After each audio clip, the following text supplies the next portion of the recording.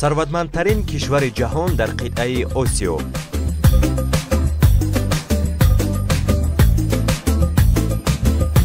فرودگاه این کشور همساله به توپ 10 فرودگاه بهترین دنیا شامل می شود.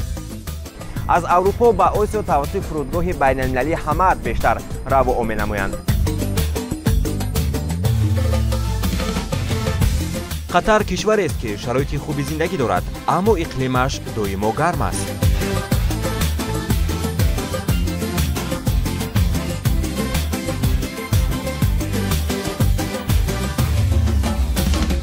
اینجا منبع طبیعی آب نوشاکی وجود ندارد، آن را با راه تازه کردن آب بحر به دست می‌آورند.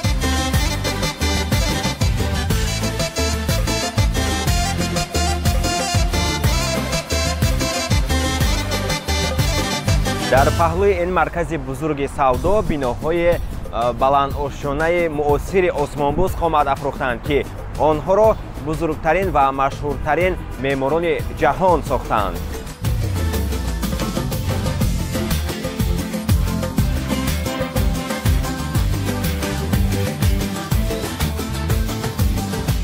همه این در برنامه نوبتی سیر شام امروز ساعت 20 در تلویزیون دوشنبه.